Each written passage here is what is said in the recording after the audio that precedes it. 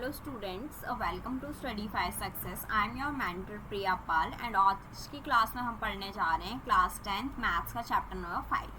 इस चैप्टर का नाम है अरिथमेटिक प्रोग्रेशन और इस सेशन में हम पढ़ेंगे कि अरिथमेटिक प्रोग्रेशन होता क्या है, उसमें जो टर्म्स दिए होते हैं उनके क्या क्या नाम होते हैं, उसका क्या जनरल फॉर्म होता है और हम कुछ एग्जांपल्स के थ्रू क्या जानेंगे कि अरिथमेटिक प्रॉब्लम्स किस तरीके की होते हैं। तो आइए स्टार्ट करते हैं इंट्रोडक्शन सेक्शन से। First is what is the arithmetic progression. Arithmetic progression होता क्या है, तो अरिथमेटिक प्रोग्रेशन का ही शॉर्ट फॉर्म क्या होता है आपका एपी होता है। An AP is a sequence in which the difference of any two successive terms is constant. दो टर्म्स यानी कि एक के बाद जो दूसरा नंबर आएगा और दूसरे के बाद जो तीसरा नंबर आएगा, तो पहले और दूसरे के बीच का जो डिफरेंस होगा वही डिफरेंस तीसरे और दूसरे नंबर के बीच में होगा। जो डिफरेंस होता है हर एक सक्सेसिव टर्म्स यानी कि आने वाले टर्म और पीछे वाले टर्म के बीच में जो डिफरेंस होगा वो आपका सेम होता है, उसी को क्या बोलते हैं हम एपी बोलते हैं, यानी कि अरिथमेटिक प्रोग्रेशन। जनरल फॉर्म जो होती है वो इस फॉर्म की होती है a plus D a plus 2d a plus 3d। तो अगर आप यहाँ पे देखें फर्स्ट और सेकेंड टर्म के बीच में जो डिफरेंस है वो d है और उसके बाद सेकेंड और थर्ड टर्म के बीच में अगर आप डिफरेंस देखेंगे तब भी आपको क्या दिखेगा, डी ही दिखेगा। ओके, तो जो ए होता है उसको हम क्या बोलते हैं, फर्स्ट टर्म बोलते हैं और डी क्या होता है आपका कॉमन टर्म। ओके, जो फर्स्ट टर्म होता है किसी भी एपी का उसका नाम होता है ए और जो कॉमन डिफरेंस होता है उसको हम डी से डिनोट करते हैं। एनथ टर्म जो होता है, अगर हम ये पता करना है कि एनथ टर्म पे क्या नंबर आने वाला है, तो उसके लिए हमारा फॉर्मूला होता है, एनथ टर्म का फॉर्मूला है A plus N minus 1 D. Okay, a plus N minus 1 D. A आपका first term, N means number की कौन सी प्लेस का नंबर हमें पता करना है और डी जो होता है वो कॉमन डिफरेंस होता है। ओके, नेक्स्ट इस कॉमन डिफरेंस क्या होता है, कॉमन डिफरेंस को हम स्मॉल डी से भी डिनोट करते हैं। ओके, कॉमन डिफरेंस हम कैसे फाइंड करते हैं, सेकंड टर्म और फर्स्ट टर्म का अगर आप डिफरेंस करोगे तो आपको क्या मिल जाएगा, डी मिल जाएगा। It can be positive, negative और जीरो। जो आपका डी है वो पॉजिटिव भी हो सकता है, नेगेटिव भी हो सकता है और जीरो भी हो सकता है। ओके, चलिए देखते हैं कुछ एग्जाम्पल के थ्रू हम इसको जानते हैं कि एपी को किस तरीके से सॉल्व किया जाता है। तो इफ द एपी, आपकी ये एपी है वो यहाँ पे दे रखी है 2, 4, 6, 8, 10 फॉर्म की आपकी एपी दे रखी है। ओके, कॉमन डिफरेंस निकालने के लिए फॉर्मूला क्या होता है, second term minus first term. तो 4 में से अगर आप 2 माइनस करेंगे तो आपका 2 आ जाएगा। सिमिलरली 6 में से अगर 4 माइनस करेंगे तब भी आपका 2 आएगा, 8 में से 6 माइनस करेंगे तब भी 2 आएगा और 10 में से 8 माइनस करेंगे तब भी 2 आएगा। तो जो आपका एपी होता है वो हर एक सक्सेसिव टर्म्स के बीच में क्या होता है, कॉमन डिफरेंस होता है जिसको हम डी से मानते हैं। ठीक है, तो यहाँ पे जो कॉमन डिफरेंस है वो क्या आ गया आपका 2 हो गया। तो फर्स्ट क्वेश्चन था आपका कि आपको इसमें फर्स्ट टर्म और कॉमन डिफरेंस पता करना है। तो जो फर्स्ट टर्म है इस क्वेश्चन का वो क्या बन गया आपका 2 बन गया और जी डी है वो आपका क्या आ गया 2 आ गया। ओके, आई होप आपको समझ आ गया हो। नेक्स्ट इज इफ चेक, हमें चेक करना है कि ये एपी है या नहीं है। एपी है या नहीं है चेक करने के लिए हम क्या करते हैं, कॉमन डिफरेंस निकालते हैं। तो कॉमन डिफरेंस 6 में से अगर 3 को सब्ट्रैक्ट करेंगे तो हमारा क्या आ जाएगा, 3 आ जाएगा। अगेन थर्ड नंबर में से सेकंड नंबर को सब्ट्रैक्ट करेंगे तो 12 में से 6 माइनस करेंगे तो 6 आएगा। नेक्स्ट इज 24 में से अगर आप 12 माइनस करते हैं तो 12 आता है। तो आप देख सकते हो हर एक बार कॉमन डिफरेंस जो है वो अलग अलग आ रहा है, जबकि हमने क्या पढ़ा है कि कॉमन डिफरेंस सेम होना चाहिए। तो इसका मतलब क्या है, ये इसमें कॉमन डिफरेंस जो है वो अलग अलग आ रहा है, इसीलिए ये एपी नहीं है। तो आपको फाइंड करने के लिए भी आ सकता है एग्जाम में कि एपी कौन सा है और कौन सा एपी नहीं है। Okay, Now move to the next example. Find the 10th term of the AP. हमें AP का क्या पता करना है, 10th term, 10वां जो टर्म होगा वो AP का क्या होगा। ओके, तो A की वैल्यू दे रखी है आपको 10, D की वैल्यू दे रखी है आपको 3 और जो 10 है वो आपकी N की वैल्यू है। तो हमने जो फॉर्मूला पढ़ा था AN is equals to A plus N minus 1 D, तो अगर उसमें पुट करेंगे तो A प्लस डी की वैल्यू कितनी हो गई है, एन की वैल्यू कितनी है 10, तो 10 माइनस 1 इंटू डी। ए की जगह पे हमने 5 रख दिया है, 10 माइनस 1 क्या हो गया 9 इंटू में 3। तो अगर आप बोर्ड मास के रूल के अकॉर्डिंग चलें तो पहले हमें मल्टीप्लाई करना होता है। तो 9 को अगर 3 से मल्टीप्लाई करेंगे तो 9 3 से कितना हो जाएगा 27 एंड 27 प्लस 5 करेंगे तो आपका आंसर आ जाएगा 32। ओके, तो इस तरीके से आपको किसी भी टर्म्स का फाइंड करने के लिए भी आ सकता है। तो अभी तक हमने 3 टाइप के क्वेश्चन डिस्कस किए हैं। जो फर्स्ट क्वेश्चन था उसमें हमने फर्स्ट टर्म और कॉमन डिफरेंस फाइंड किया था, ये वाला। सेकंड जो क्वेश्चन था उसमें हमने पता किया था कि कोई भी सीरीज अगर आपको दे रखी है तो वो एपी है या नहीं है। द थर्ड वन इज हमें पता करना है कि 10th टर्म कौन सा है। Okay, now let's move to the fourth example.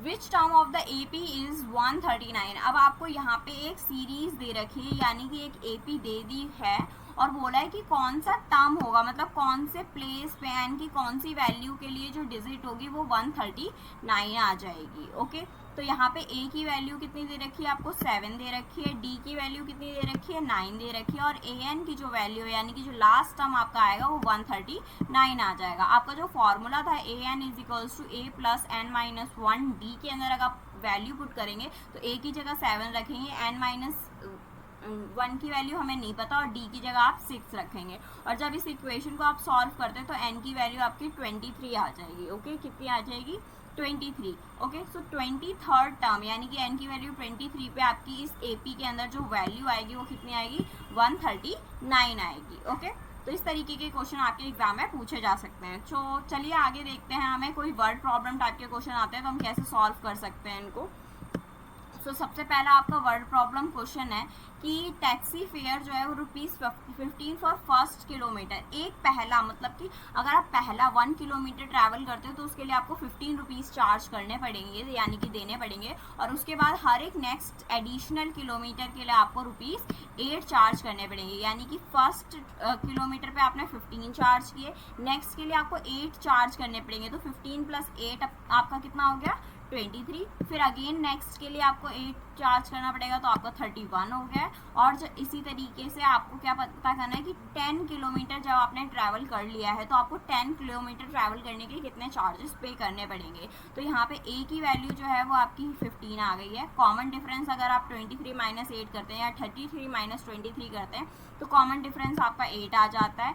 A10 यानी कि A10 की वैल्यू बतानी है आपको कि कितनी आएगी। N की वैल्यू कितनी हो जाएगी 9 हो जाएगी, A10 माइनस 1 आ जाएगी। ठीक है, तो हम अगेन फॉर्मूला रखेंगे A is equals to N minus 1 into D का, जिसमें A की जगह पे आप 15 रखेंगे, N माइनस 1 इंटू डी, तो N की जगह आप 10 रखेंगे, 10 माइनस 1 करेंगे तो आपका यहाँ पे 9 आ जाएगा, और इंटू में D की वैल्यू आपकी 8 थी तो 9 को 8 से मल्टीप्लाई करेंगे और उसमें 15 को प्लस करेंगे तो आपका आंसर कितना आ जाएगा 87 आ जाएगा। तो इसका मतलब है कि 10 किलोमीटर डिस्टेंस ट्रैवल करने के लिए 87 रुपीज़ पे करने पड़ेंगे। अगर फर्स्ट किलोमीटर पे वो 15 रुपीज़ चार्ज कर रहा है, 15 रुपीज़ पे कर रहा है, और हर एक एडिशनल किलोमीटर के लिए उसे कितना चार्ज करना है 8 रुपीज़ वो चार्ज कर रहा है, तो उसे टोटल 10 किलोमीटर के लिए 87 रुपीज़ पे करने पड़ेंगे। Next is work hours 1.5 2 for 7 days. कोई एक पर्सन है वो फर्स्ट डे 1 आवर काम कर रहा है, सेकेंड डे 1.5 आवर काम कर रहा है, थर्ड डे वो 2 आवर काम कर रहा है, यानी कि हर एक डे पे वो 30 मिनट्स एक्स्ट्रा यानी कि half an hour extra work कर रहा है। तो A की वैल्यू कितनी हो गई आपकी 1 हो जाएगी, D की वैल्यू हर एक दिन वो एक्स्ट्रा हाफ एन आवर काम कर रहा है तो 0.5 हो जाएगी।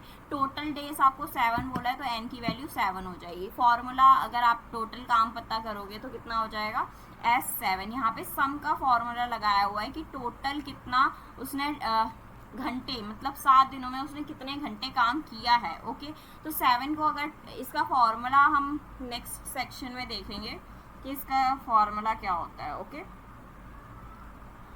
मैं आपको बता देती हूँ इसका फॉर्मूला क्या होता है। SN का फॉर्मूला होता है SN is equals to N/2 2A plus N-1D, ये आपका फॉर्मूला होता है। अगर आप इस फॉर्मूले को यहाँ पे पुट करते हैं और उसके बाद आप उसको सॉल्व करेंगे तो आपका आंसर आ जाएगा 17.5। ओके, आई होप आपको ये समझ आया हो कि किस तरीके से हमने इसको सॉल्व किया है। आइए नेक्स्ट क्वेश्चन देखते हैं। वर्ड प्रॉब्लम का ये आपका क्वेश्चन है। इसमें कोई पर्सन है जो फर्स्ट मंथ पे आपका 50 रुपीज़ सेव करता है, सेकेंड मंथ पे आपका 80 रुपीज़ सेव करता है, नेक्स्ट मंथ वो 110 सेव करता है। ओके,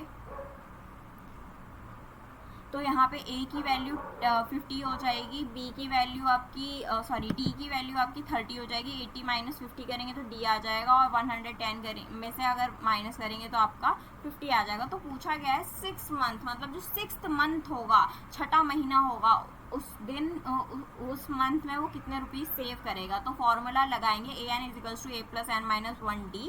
ओके, जहाँ पे a की वैल्यू आपकी 50 है जो हमने लिख दी है, d की n की वैल्यू आपकी 6 थी, तो 6 माइनस 1 आपका 5 हो गया है, और यहाँ पे जो d है उसकी वैल्यू आपकी 30 है। तो 5 इंटू 30 करेंगे तो कितना हो जाएगा, 150 हो जाएगा। 150 प्लस 150 करेंगे तो आपका 200 आ जाएगा, यानी कि जो 6 मंथ होगा उस पर वो पर्सन 200 रुपीज़ क्या करेगा, सेव करेगा। ओके, आई होप आपको ये वाला समझ आ गया होगा कि किस तरीके से हम करते हैं। तो चलिए आगे क्वेश्चन देखते हैं। अगर कोई भी पर्सन है जिसकी हाइट कितनी है, 120 है, और हर मंथ, ठीक है, और जो कॉमन डिफरेंस है वो डी दिया हुआ है, तो 15th स्टूडेंट, जो 15वां स्टूडेंट होगा, मतलब हर एक फर्स्ट स्टूडेंट की हाइट 120 है, सेकंड की अगर 3 मीटर इंक्रीज कर देंगे तो 120 प्लस 3 यानी कि 123 हो जाएगी। फिर उसके बाद 3 ऐड करेंगे 126 हो जाएगी, उसके बाद 3 ऐड करेंगे तो 129 हो जाएगी। तो 15th स्टूडेंट, मतलब 15th नंबर पे जो स्टूडेंट होगा उसकी हाइट कितनी होगी। तो अगेन हम सेम फॉर्मूला यूज करेंगे, A N is equals to A plus N minus 1 upon D वाला। ए की वैल्यू आपकी 120 हो गई है, एन की वैल्यू 15 है, 15 माइनस 1 करेंगे तो 14 आ जाएगी। कॉमन डिफरेंस आपका 3 दे रखा है। इसको अगर आप सॉल्व करते हैं तो आपका आंसर 162 आ जाएगा, यानी कि जो स्टूडेंट 15th नंबर पे खड़ा होगा लाइन में उसकी हाइट कितनी होगी, 162 सेंटीमीटर्स होगी। ओके, आई होप आपको ये लेक्चर अच्छे से समझ आ रहा हो। Thank you for learning with us. Keep practicing and enjoy solving the AP. Okay, and if this video is helpful for you, like this video and press the bell icon and subscribe this channel. Thank you for watching this video.